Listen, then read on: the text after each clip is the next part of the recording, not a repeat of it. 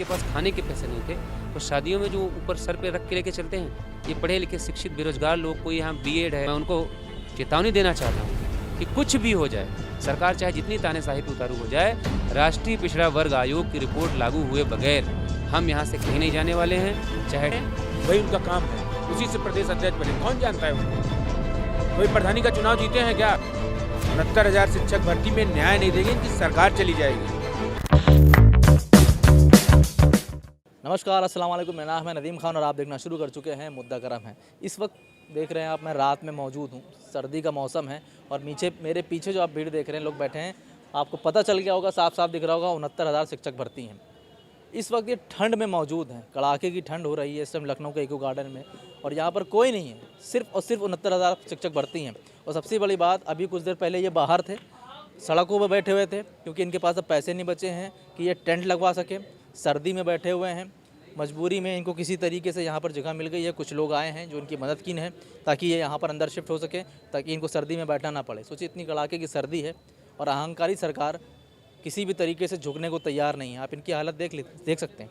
पैसा नहीं बचा अब इनके पास कि ये टेंट लगवा सके, गद्दे लगवा सके, मगर फिर भी ये अपनी मांगों को लेकर लड़ रहे हैं, झुकने का नाम नहीं ले रहे हैं। इस कड़ाके की सर्दी में जहाँ आप बाहर निकल के 1 घंटा खड़े नहीं हो सकते, आधा घंटा खड़े नहीं हो सकते, वहाँ पर ये अभी भी बैठे हैं और अपनी मांगों को लेकर सरकार से चाहते हैं, बस इतना है कि जो उनका हक है वो इनके मिल जाए।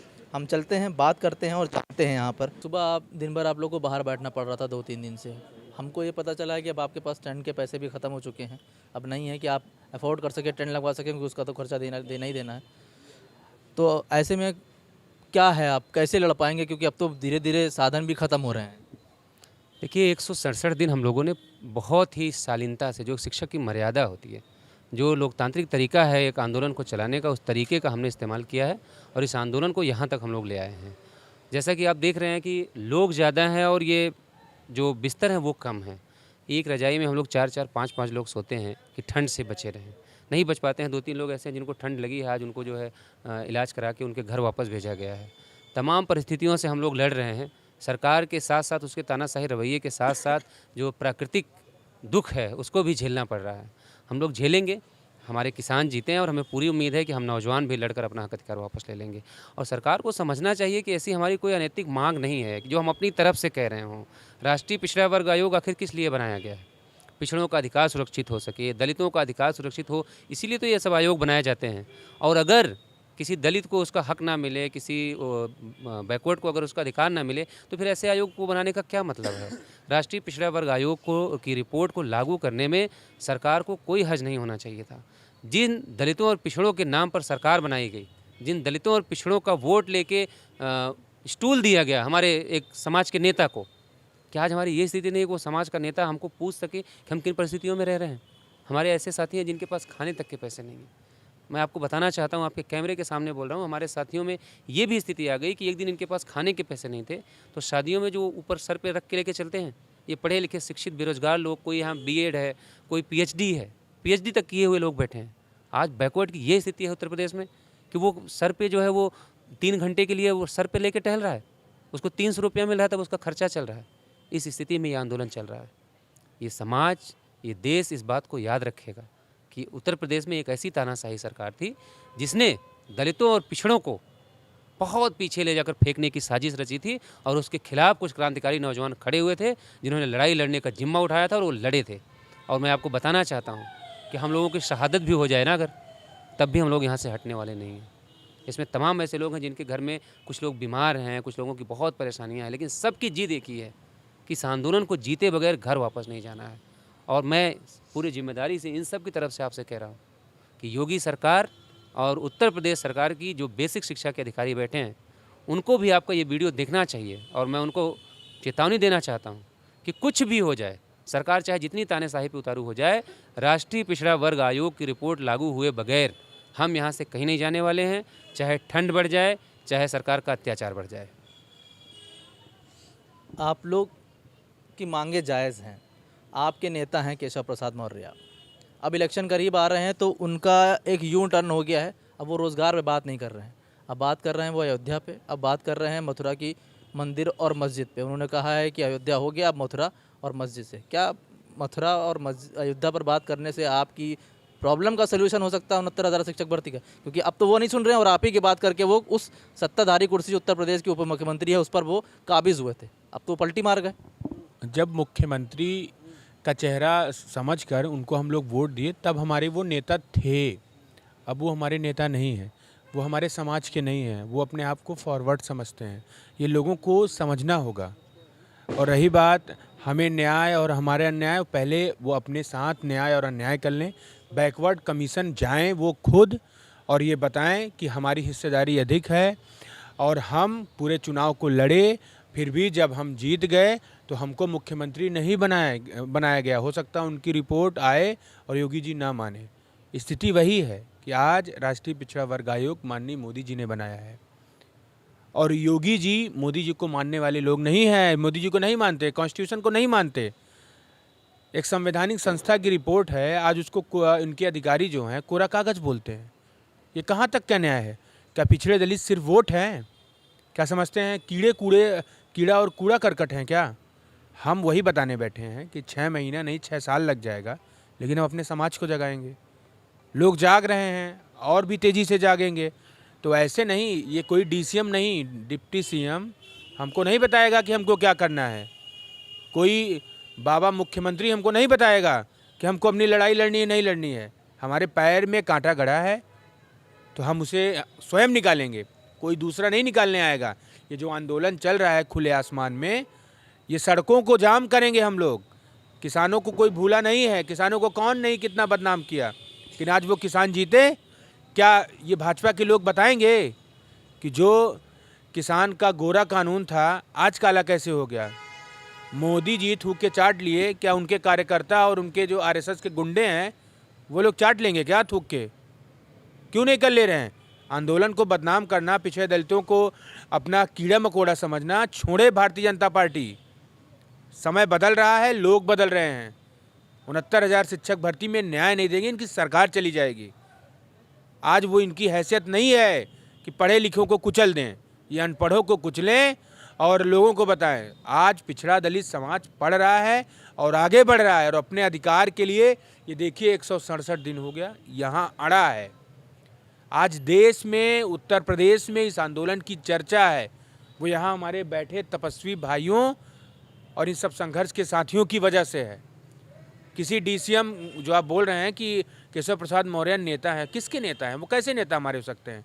उनकी हैसियत नहीं कि हम पीछे दलित अपना ज्ञापन लेके जाएं और हमारे साथ फोटो एक डाल दें कि आज 69,000 शिक्षक भर्ती के अभ्यर्थी हमसे मिले, इनको जल्द मिलेगा ना। अगर उनकी हैसियत हो तो ये फ़ोटो डाल के दिखाए।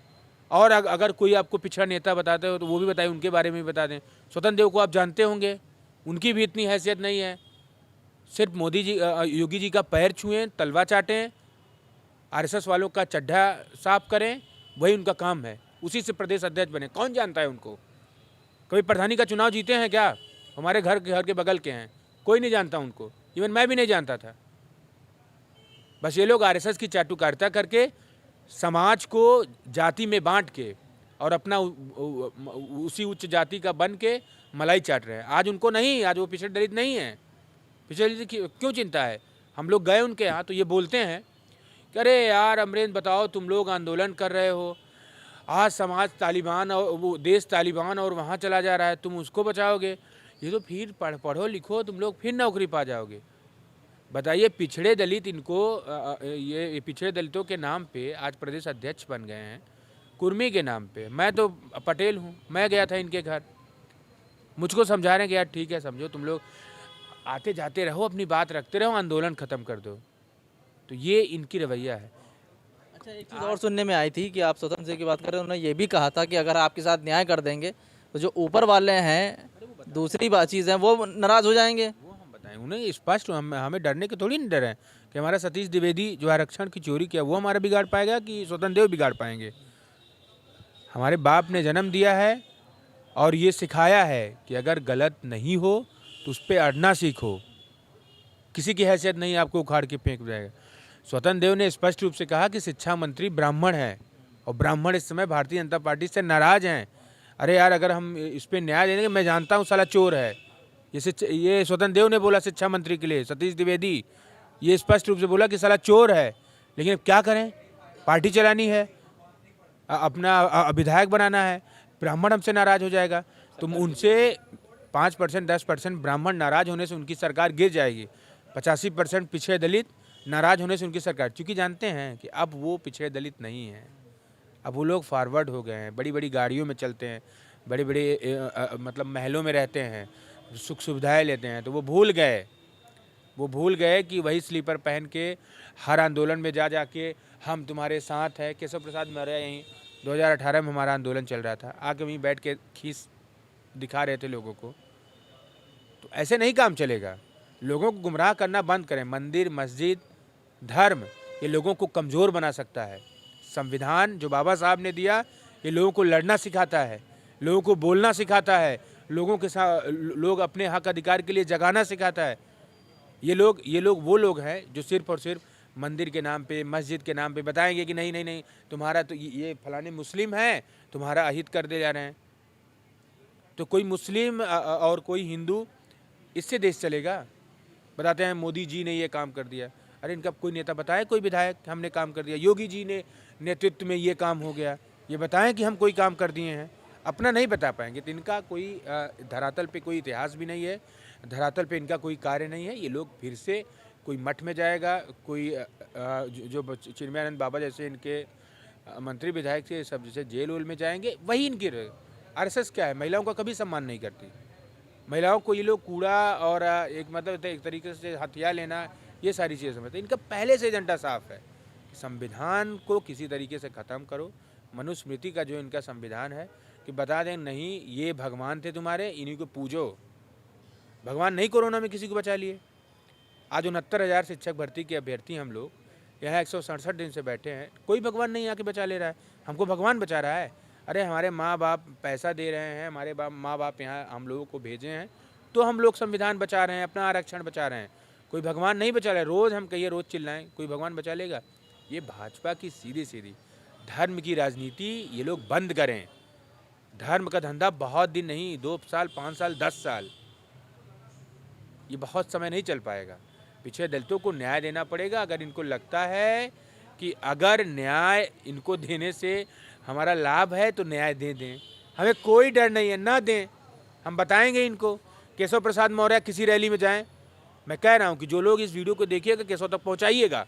केशव प्रसाद मौर्य 500 लड़के 5 बस हम लोगों ने तैयार कर ली है, चाहे अपनी किडनी बेचनी पड़े और चाहे संपत्ति हम लोगों ने तैयार कर लिया है। अगर मोदी, योगी, केशव, स्वतंत्र उत्तर प्रदेश में कहीं रैली कर पाए तो हम लोग भी पिछड़े दलित होना अपना टैग हटा देंगे, अगर ये लोग रैली कर पाए। इस बात को मैं पूरे प्लान और सिस्टम के सहित बोल रहा हूँ कि ये लोग कभी कोई रैली, इनको जब गांधी प्रतिष्ठान में था, हमारे लोग खड़े हो गए, वाह भारत माता की, अरे यार सब भूल गए। ये क्या होता है? क्या भूल गए? तुम्हारे सामने पिछड़े दलित खड़े हैं अपना हक अधिकार मांगने के लिए, कहने के लिए प्रजापति सम्मेलन में गए थे और बता रहे थे कि प्रजापतियों को 50% का आरक्षण दे दिया गया है। कहाँ दे दिया गया है? अरे ये मुकेश प्रजापति है बैठे, कहाँ है मुकेश प्रजापति हैं यहीं पे? इनको तो हमको आरक्षण नहीं मिला, 27% नहीं मिला, 50% कहाँ से दे देंगे? ये गंदी राजनीति अनपढ़ लोगों के लिए, बैल लोगों के लिए है। पढ़े लिखे शिक्षक समाज को गुमराह नहीं कर सकते। ये केशव जी इनके चाहे स्वतंत्र हों, ये सब ठेले वाले हैं, हाँ, लंगोट साफ करके यहाँ तक पहुँचे हैं, तो वही इनकी हैसियत है। अच्छा, एक चीज़, अब आगे की क्या तैयारी है? आगे कैसे आप जाएंगे? क्योंकि लड़ाई तो अब ऐसा नहीं लगता कि अब ये आसानी से ख़त्म होने वाली है, अभी और जाना है। जैसे किसान आंदोलन काफ़ी लंबा चल रहा है, क्योंकि यह गूंगी बहरी सरकार है, सुनने को तैयार नहीं है। अगर आपको न्याय देना होता, इंसाफ करना होता, नियत होती इंसाफ देने की, तब तो दे चुकी होती। तो अब आगे की क्या तैयारी चल रही है, और क्या अब कोई आश्वासन पर आपको भरोसा है इनके? नहीं, इनके आश्वासन पे तो हमें बिल्कुल भरोसा नहीं है। ये धोखा देने वाले लोग हैं, ये झूठ बोलकर सत्ता हथियाने वाले लोग हैं। जो लोग धर्म का धंधा करते हैं उनकी बात कभी यकीन नहीं करनी चाहिए। उनकी बात पे अगर आप यकीन करेंगे, वो चाहे हिंदू हो चाहे मुस्लिम हो, अगर कोई भी व्यक्ति धर्म की आड़ में अगर अपनी रोटी सेक रहा है तो समझिए कि वो पाखंड का जो है पुरोधा है, वो पाखंड को आगे बढ़ा रहा है। विज्ञान के युग में अगर धर्म के नाम पे आप पढ़े लिखे लोगों को बेवकूफ़ बना के मथुरा और काशी की बात करना चाहते हैं, आप अयोध्या और काशी मथुरा की बात करके वोट लेना चाहते हैं, तो डिप्टी सीएम हमारे अनपढ़ गंवार हो सकते हैं। हम सभी लोग यहाँ पर पढ़े लिखे लोग हैं, कोई बीएड है, कोई पीएचडी है, बहुत सारे अच्छे अच्छे स्कॉलर हैं यहाँ पे जो बैठे हुए हैं। हम सभी लोग बिल्कुल तैयारी में बैठे हैं। अभी यहाँ पे बैठे हैं, इको गार्डन की सड़क पे के बाहर बैठे हैं हम लोग। आगे हमारी तैयारी है, ज़रूरत पड़ेगी तो लखनऊ की सड़कों को बंद करने का भी कार्य करेंगे। उसकी भी पूरी रूपरेखा हमारे पास है, पूरी तैयारी है। हम सरकार को थोड़ा सा टाइम इसलिए दे रहे हैं कि कल इनको बहाना ना मिले कि हम तो करने जा रहे थे, इन लोगों ने इसको पॉलिटिकल मुद्दा बना दिया। उत्तर प्रदेश में 69,000 शिक्षक भर्ती का मामला आज घर घर में है। आप गाँव में जाइए, किसी दिन मैं आपसे कह रहा हूँ, आप रिपोर्टिंग करने गाँव में जाइए, वहाँ एक बच्चे से भी आप पूछिए कि 69,000 शिक्षक भर्ती में क्या हुआ है। वो आपको बताएगा कि 69,000 शिक्षक भर्ती में खुलेआम दलितों और पिछड़ों के 20,000 पद छीनकर योगी ने अपनी पसंद के लोगों को दे दिया। तो अब 69,000 शिक्षक भर्ती में क्या हुआ, इसको किसी को बताने की जरूरत नहीं है। आए केशव प्रसाद मौर्य, आए स्वतंत्र देव सिंह, कर लें रैली। हम लोग डंके की चोट पे कह रहे हैं, जिस भी रैली में जाएंगे वहाँ हमारे 500 लोग खड़े मिलेंगे उनको, और बोले वो फिर भारत माता की जय करेंगे। फिर हमारे लोग कहेंगे 69,000 शिक्षक भर्ती में आरक्षण घोटाला कैसे हुआ। फिर कहेंगे अरे यार हम तो कुछ और बोलने जा रहे, तुम लोगों ने भुलवा दिया। यही इनके साथ होगा। अगर इनको 2022 के चुनाव में अगर सफलतापूर्वक अपनी रैलियां करनी है तो इनको 69,000 शिक्षक भर्ती में जो आरक्षण घोटाला हुआ है उन अभ्यर्थियों के साथ न्याय करना पड़ेगा। नहीं तो उत्तर प्रदेश में कोई एक रैली नहीं होगी भाजपा की जहां 69,000 की तख्ती लेकर हमारे भाई वहां पर, हमारी बहनें वहां पर उपस्थित नहीं मिलेंगी। हमारी पूरी तैयारी है, हम पूरी तरह से तैयारी करके बैठें। हमारे पूर्वजों ने, हमारे किसानों ने, हमारे बुजुर्गों ने हमें सिखाया है कि लड़ना कैसे है। हम उन्हीं के बच्चे हैं, हमने भी पूरी तैयारी कर रखी है। और जब तक अपना हक अधिकार वापस नहीं ले लेंगे, लोकतांत्रिक तरीके का कोई एक भी तरीका नहीं बचेगा जो 69,000 शिक्षक भर्ती के आंदोलनकारी नहीं अपनाएंगे।